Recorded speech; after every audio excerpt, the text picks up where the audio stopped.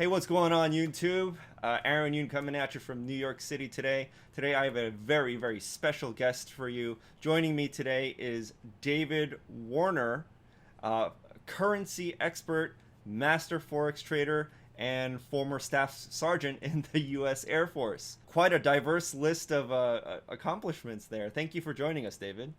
Can you briefly explain what Forex is? Because a lot of people haven't heard about what Forex is before, Yeah, um, and why it's particularly important right now. yeah, sure. You're right. It's out of all the markets that people can participate in, it is kind of the one that people know the least about, but it's actually the biggest one out there. Forex is short for foreign exchange. It's essentially the foreign currency markets. We buy and sell foreign currencies, much like people buy and sell stocks. Value of a dollar is constantly fluctuating against all of our trading partners, and uh, those fluctuations are opportunities to kind of put money in our pockets. Uh, it's an important market to understand because honestly, it's kind of like the center of the universe for all financial markets. Really, kind of how stock prices go up and down. It really all has to do with kind of the policies that our central banks are putting in place. So if you understand the foreign currency markets, you can have a better understanding of really all markets combined. I really think I really love what you said about that it's so intertwined with the economic policy, and Right. I do think that that's particularly relevant now. I think a lot of people on this channel might be stock investors, and they might Yeah. understand like, oh, I understand the value of a particular company going up and down, but it doesn't make as much sense. They may not have as much exposure to things like the recent stimulus package, six Right. trillion dollars injected into the markets, and what that what does that really mean for someone that doesn't isn't really familiar with that in layman's terms? Like, what does 6 trillion extra dollars mean? Does that mean we get more money in our pockets? Like, how does that affect us?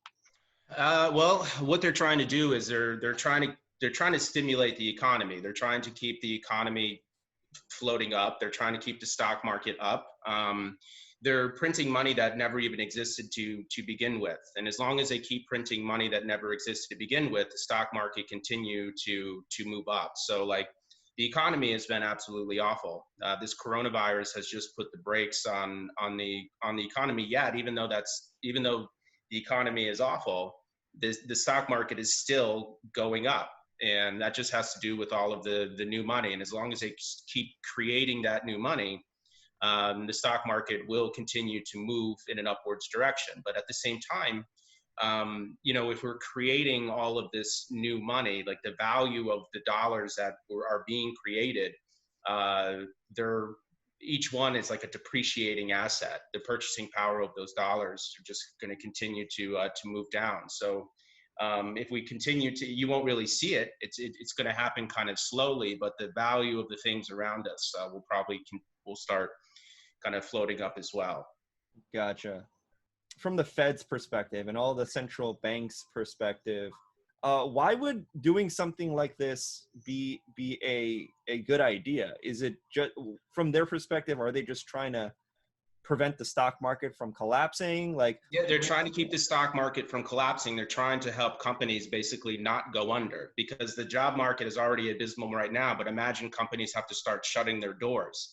What happens to the job market even more? So it's all about just kind of keeping these companies open so that when this whole pandemic, kind of goes away, who knows when that's going to be, when people right, can start getting back to work. But they're just trying to keep, like, while we're all sitting in this quarantine, staying at home, how can we keep the economy basically held up, get through this pandemic, and then we all basically can go back to work together?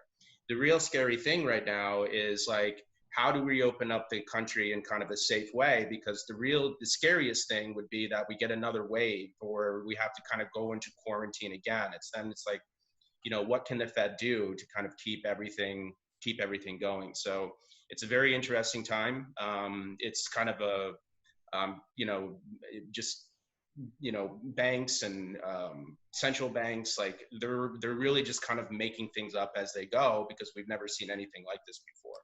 Yeah, I mean, so yeah, you just said it right there. We've never seen anything like this before. What makes this particular financial crisis different than, the previous crashes, like let's say of 2008 or even 2001? What makes this so unique? There's been so much unprecedented action taken by the central banks and the government.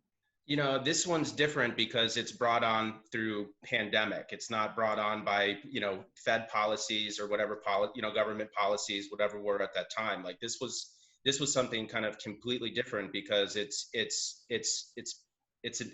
a virus that we're trying to figure out. It's not like a one-time event or like this quick thing that just kind of happens and then just kind of goes away. This is something that has been dragged on, and we don't know how long it's going to drag on.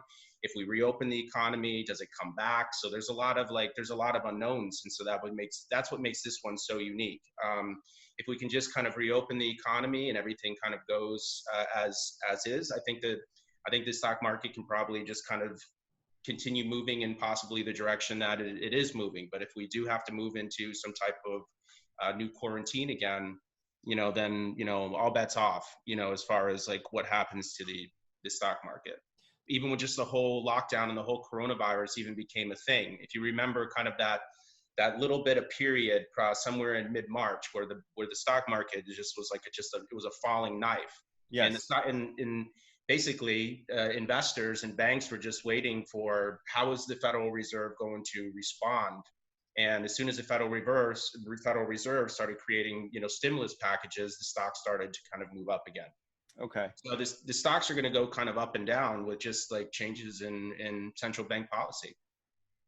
So, I mean, can we expect? I know this is purely speculative, and I understand that it's totally fine. But if we see that it doesn't actually hold, can can we also expect to see the Federal Reserve respond with, okay, here's some more stimulus package, here's some more stimulus package? And they call it, yeah, they call it helicopter money for a reason. Like, the stimulus package is like, people give, you know, we'll give you $2,000 or $1,200. You don't even have to ask for it. You just have to make, it's underneath a certain amount of money, and it's just like money's just getting thrown at people Right. that they didn't even really ask for. But the idea is the money that's getting thrown at people, they want that people to go out and spend it. You know what I Spend it. mean? Right. So So, like, overall, I mean, I get mixed opinions on whether that's like a positive thing or like that's a negative thing.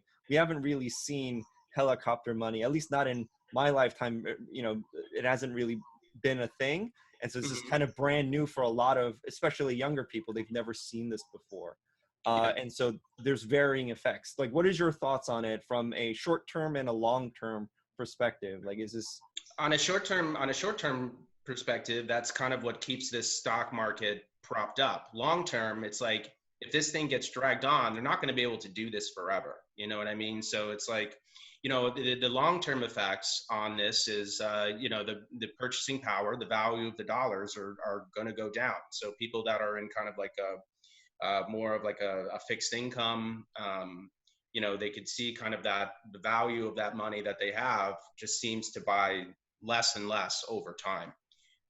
So kind of the value of, it's so interesting, kind of what central banks, kind of do. Like the cheaper a country's currency is, it's like the better the stock market looks, the better the real estate market looks, because things go up as the value of a currency goes down.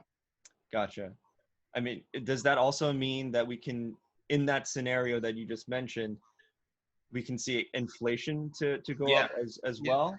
yeah. So the so something like, because I know this happened in 2008, and I found this to be astounding. The average salary kind of stayed the same since Yeah, 2008 until very recently, probably even now. But the average cost of things um, like doubled or something like that. that's typically the problem that we have, that wages typically don't keep up with inflation. And so the thing about inflation is it's slow. Something could cost $1 today, and then a year from now it costs $1.03. Now people don't really even notice the 3 cents, but the value of something changed 3 cents and 3% in price. And so like just as consumers, we're trained to always be buying. Like the government and the central banks, they need inflation. They need us to like just be trained that if I don't invest in the stock market now, I'm going to miss out and things are going to be more expensive later on. Or if I don't buy a home right now, I'm going to miss out and I'm going to have to spend more, later on. So, the value of things kind of, people don't necessarily like that the value of their money goes down over time, but like the government needs it to happen. These central banks and people just they don't really understand it, but that's what's going on. It seems like what you're saying is the government is using your typical marketing techniques of like the sense of urgency to buy Yeah. with things with the dollars that you have right now.